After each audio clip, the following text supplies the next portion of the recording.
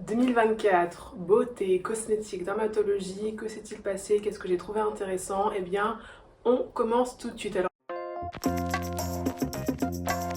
Alors bien évidemment, je ne peux pas tout balayer, la beauté étant un champ bien trop vaste. Je ne pourrais pas faire tous les continents, tous les pays du monde. On va se concentrer sur la France, sur les États-Unis un petit peu et un tout petit peu sur le reste du monde. Et on va commencer avec le reste du monde avec la Corée du Sud, bien évidemment, que vous connaissez forcément parce que soit vous avez utilisé un produit la neige ou un produit herborian, soit vous êtes inondé de la culture coréenne. Donc le chiffre à retenir de l'année, on aura plus de données en 2025. Il faut savoir qu'au premier semestre, d'après le site Korean Zone, la Corée a exporté en cosmétique pour 4,8 milliards de dollars au semestre 1. Donc en gros, il faut retenir qu'entre janvier et juin 2024, la Corée du Sud a exporté, donc a inondé le reste du monde en produits cosmétiques pour 4,8 milliards de dollars. C'est énorme. C'est 18,10% de plus par rapport à l'année dernière. Et ce nombre, 4,8 milliards, présente également l'aide qui a été accordée à l'Ukraine par la Banque mondiale cette année également dans le programme Peace. Donc vous imaginez ce que ça représente. Alors en termes de comparaison, la France en 2024 est plutôt à 20 milliards d'exportation. Donc la Corée est en train de faire presque le quart de ce que fait la France. C'est simplement un chiffre incroyable qui ne va pas cesser d'augmenter au fur et à mesure des années. À votre avis, est-ce que Pamela Anderson ferait une bonne égérie de skincare beauty ou plutôt de K-beauty? Je ne suis pas sûre parce que la K-beauty quand même être très glowy, être plutôt jeune, une peau sans taches, sans rides, sans défauts. Et pourtant, Pamela Anderson a encore inondé nos écrans, l'espace médiatique, l'espace beauté, de manière volontaire ou involontaire, mais en tout cas, cette femme à 56 ans, elle assume un visage minimaliste, c'est-à-dire avec le moins d'artifice possible. On la voit avec très peu de maquillage. Et d'ailleurs, alors on la voit pas forcément au naturel dans le sens où ça veut pas dire qu'elle a entre guillemets enlevé ses chirurgies esthétiques ou qu'elle est revenue à la normale. Tout simplement, elle s'assume entre guillemets le plus simple possible et ça j'aime énormément. Et c'est quand même un paradoxe de dingue et en même temps c'est cohérent entre l'ancienne Playmat Playboy qui est connue bien évidemment pour sa plastique incroyablement bombesque et sexy dans Alerte à Malibu et le fameux maillot rouge échancré. Et là, quelques décennies plus tard, on la voit complètement à l'opposé. Le brushing waouh qui est très américain. Là on voit ses cheveux naturels, c'est-à-dire plutôt fins, sans racines décollées. On la voit sans maquillage, donc avec ses yeux, avec les petites rides qui sont finalement assez fines.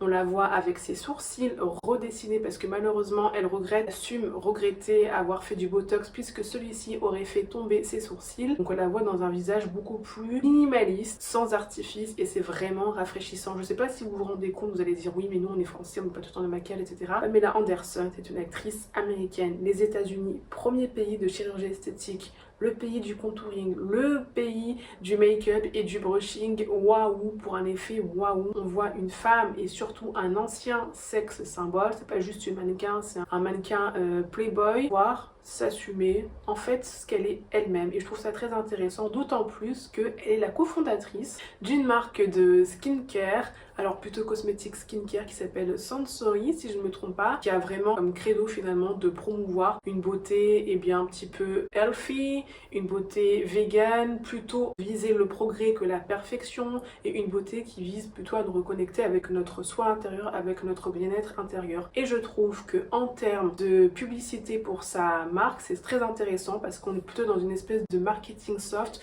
où elle ose se montrer et en même temps petit à petit elle parle un petit peu de sa marque sans trop en faire. On n'est pas du tout dans la Hailey Bieber ou dans la Selena Gomez qui nous vendent tout le temps H24 et d'ailleurs très souvent je trouve Rhode ou encore Rare Beauty. Non, elle parle de sa marque et en même temps elle est l'image de sa marque sans trop en faire et ça c'est moi. Alors moi je sais pas ce que vous en pensez mais quand j'ai vu les images de Pamela Anderson habillée en Vivienne Westwood, mais je me suis dit mais voilà. Pour moi, Pamela Anderson, c'est une icône de notre génération, tout simplement. La Playmat, la Playboy, marchait très bien à une époque donnée. Et là, elle est devenue une icône d'un nouveau genre. Encore faire parler d'elle, à savoir, la femme de plus de 50 ans qui s'assume, qui a plus envie de répondre aux injonctions aussi bien de la plastique et que de la mode et qui est celle qu'elle a envie d'être. C'est une vraie rockstar. En tout cas, je suis absolument fan de sa peau très laiteuse, de ses cheveux fins et aussi de ses espèces mi-taches de rousseur, mi-taches de soleil. Pamela Anderson, c'est vraiment une icône beauté qui n'est pas possible d'éviter. À propos de taches, parlons bien maintenant de dermatologie et plus précisément de vitiligo. Donc il faut savoir qu'en France, bien depuis juillet 2024, il y a un médicament qui est entré sur le marché français. Il s'agit du médicament crème Opzelura qui vise vraiment bien à lutter entre guillemets contre le vitiligo. Il faut savoir que c'est un médicament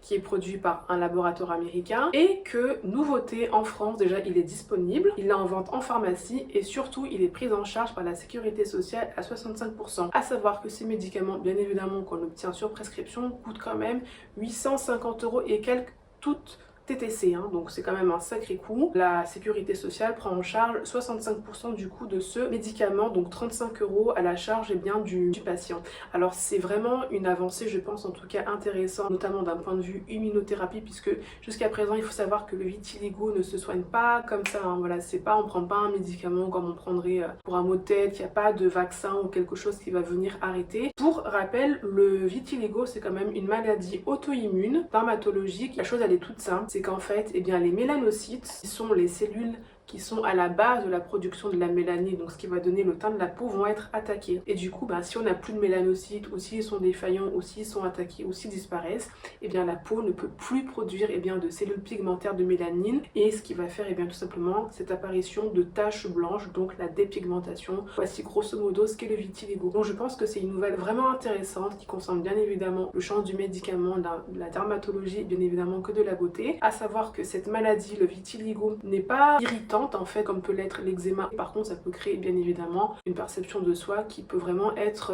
serrée et difficile à vivre au quotidien. Donc cette crème un petit peu de type immunothérapie, à voir si elle sera efficace pour ralentir la dégradation des mélanocytes sur la peau. Alors le vitiligo, vous le connaissez en France puisque notre ancien premier ministre Édouard Philippe est atteint du vitiligo, mais vous le connaissez aussi le vitiligo parce que vous connaissez, que vous le vouliez ou pas, vous avez déjà vu cette mannequin Willy Harlow, cette mannequin canadienne d'origine jamaïcaine qui est vraiment un petit peu celle qui a pu entre guillemets exposer au monde entier, en tout cas le rendre un peu plus visible et aussi pas sublimé mais en tout cas mise en beauté puisqu'elle est mannequin. Et à propos de Winnie Harlow qui est des origines jamaïcaines, nous allons parler de la communauté afro ou plutôt de la communauté des cheveux texturés, puisque oui, le 26 octobre 2024 avait eu lieu pour la deuxième édition la journée internationale du cheveu texturé. Vous avez bien entendu. Donc il faut savoir que cette journée internationale du cheveu texturé, elle est proposée et elle est portée, elle est programmée, elle est animée par la marque Eva's Hair. C'est une marque de produits du capillaire, tout simplement destinée aux cheveux texturés. Plus particulièrement, je la trouve efficace moi sur mes cheveux crépus. C'est vraiment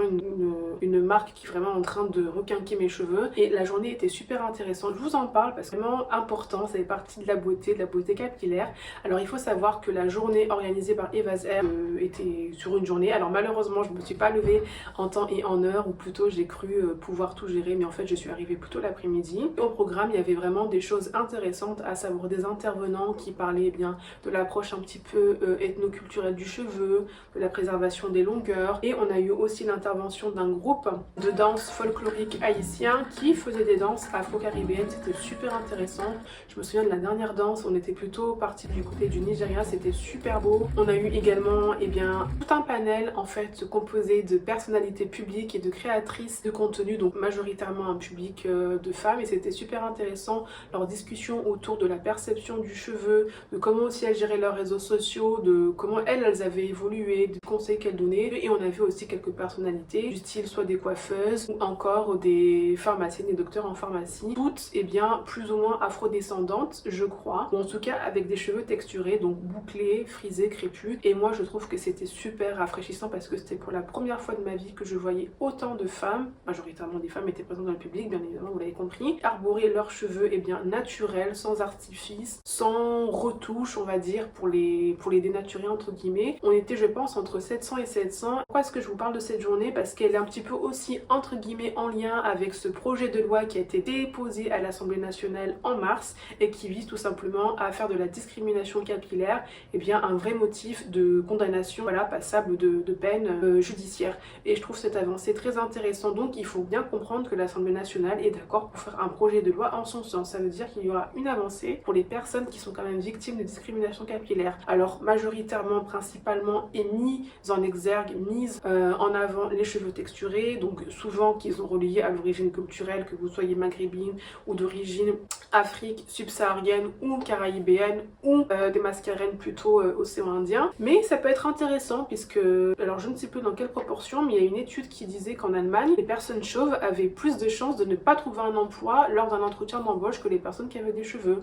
La discrimination capillaire, ça concerne aussi bien les hommes et les femmes, et particulièrement les femmes qui ont de l'alopécie tout simplement. D'ailleurs, je vous invite à découvrir le compte de cette femme qui s'appelle Anna. Elle est sublime, je la trouve d'une beauté, mais waouh. Elle me fait penser à Barbara Streisand dans le sens, voilà, vraiment une beauté qui est assez unique, on voit pas tous les jours. Voilà, l'alopécie, ça peut être la perte de cheveux ou de la pelade suite à différents parcours de vie. Et je pense également dans un autre registre qui va peut-être vous faire rire, mais je ne peux pas m'empêcher de penser qu'on l'aime ou qu'on l'aime pas, qu'on la trouve belle ou qu'on la trouve pas belle, à Eva Gilles qui a quand même été bien taclée sur sa coupe de cheveux qui était courte, trop courte a priori pour une Miss France. Bref, des avancées en son sens et on ne peut que saluer l'initiative d'Eva Air, de Eva et de son mari Réginald, affaire à suivre en 2025 pourvu que ça dure. À propos de discrimination capillaire, vous la connaissez certainement, il y en a une qui en a fait les frais il y a 2 ou 3 ans quand elle a fait une espèce de big show, c'est-à-dire Lena Situation, Lena Mafouf, qui donc a été victime un petit peu de moqueries dues à sa texture de cheveux. Mais là, on va parler d'elle tout simplement pour la cosmétique et notamment pour le visage et les sérums anti-taches, puisqu'elle a fait un partenariat collaboration avec Caudalie. Caudalie, je pense que vous connaissez cette marque, c'est une marque de cosmétiques basée sur la vinothérapie, donc sur les fruits de la vigne. Cette maison qui existe depuis un petit moment a décidé de s'associer avec Lena Situation pour mettre en avant son sérum anti-tache qui serait le premier des sérums anti-tache. En tout cas, j'ai trouvé cette collaboration très intéressante puisque Lena Mafouf a fait le choix de choisir parmi sa communauté 3 visages, notamment 3 visages féminins qui vont représenter un petit peu la campagne de publicité de Caudalie pour ce sérum. Donc on voit Lena bien évidemment, on voit ces 3 filles. Et ce que j'aime beaucoup avec Caudalie, c'est qu'ils ont fait un petit peu comme Lancôme, c'est-à-dire qu'ils ont décidé de donner une image un peu plus jeune, mais aussi un peu plus multiculturelle, dans le sens où ça représente beaucoup plus finalement les gens, les futurs, les potentiels clients, et c'est une représentation en fait de finalement de ce que la beauté un petit peu en France, qu'on aime ou qu'on aime pas. Et dans cette campagne pub, en affichage, elle est vraiment réussie parce que finalement on voit les grains de peau, on voit vraiment les taches, on voit des vrais visages, des vraies filles, et ça c'est rafraîchissant. Par contre, là où je suis un peu moins convaincue, j'ai pas trouvé très utile, si ce n'est pour Lena Mafouf, c'est bien tout simplement le spot publicitaire. Autant le spot publicitaire, il nous fait rentrer vraiment dans l'univers de Lena Situation et particulièrement dans l'hôtel Mafouf. On voit très bien les codes de son look. Et par contre, en termes de sérum anti-tache, je suis pas du tout convaincue, même si on est sur la touche de l'humour. Personnellement, moi j'ai plus retenu Lena Mafouf qui fait un truc avec Caudalie que le sérum qui va vraiment m'enlever les taches. En plus, on est un petit peu dans l'ironie des pubs de lessive, mais bon, si vous avez moins de 30 ans, ça peut peut-être pas forcément vous parler, d'autant plus que maintenant aujourd'hui avec Aromazone ou encore des marques comme Typologie ou The Ordinary, bon, le sérum anti-tache de Caudalie, je sais pas s'il va faire un carton auprès des jeunes, à voir si l'entreprise a enregistré un bond dans ses chiffres d'affaires de vente de ce produit. Il y a quand même un point commun entre Lena Mafouf et la créatrice de Caudalie, c'est tout simplement que ce sont des femmes. En blague, et qui dit femme dit cycle féminin. Et oui, les filles, accrochez-vous bien, et messieurs également, puisque le 18 octobre avait lieu la journée de la ménopause en France. Et à cette occasion, je vous invite à découvrir la marque Millet, qui a organisé d'ailleurs cette même journée, le 18 octobre, un afterwork à Cannes où j'ai participé autour de la ménopause. Donc ça a duré 3-4 ans. Déjà pour savoir, Millet c'est une marque azurienne qui est vraiment ciblée sur l'écologie dite féminine, donc le cycle de la femme, et qui propose différents types de produits bien évidemment naturels, mais surtout des produits intéressants comme par exemple un sérum qui va venir densifier un petit peu la masse capillaire, les cheveux, une petite huile légère, un sérum pour venir ici hydrater, nourrir la peau du visage, ou encore vous pouvez avoir des infusions qui vont venir un petit peu apaiser, réguler le cycle menstruel. Je trouve cette approche hyper intéressante, d'autant plus que Millet a vraiment une image en fait qui est assez douce, assez féminine, assez légère, d'un sujet qui est pas super bien traité même si ça commence à avancer, et d'un sujet qui est un petit peu aussi avec des images soit vieillottes, c'est horrible machin, non, chez Millet on se sent bien d'être une femme. Et d'ailleurs cette journée, je vous en parle un petit peu vite fait, en tout cas cet afterwork, et il m'a beaucoup appris de l'intervention de Caroline, la créatrice de Millet, et en fait elle parlait un petit peu finalement de ce qu'était la ménopause et je me suis rendu compte qu'en fait je n'avais pas compris ce qu'était la ménopause. Moi j'ai toujours associé ménopause égale la femme vieille, c'est fini,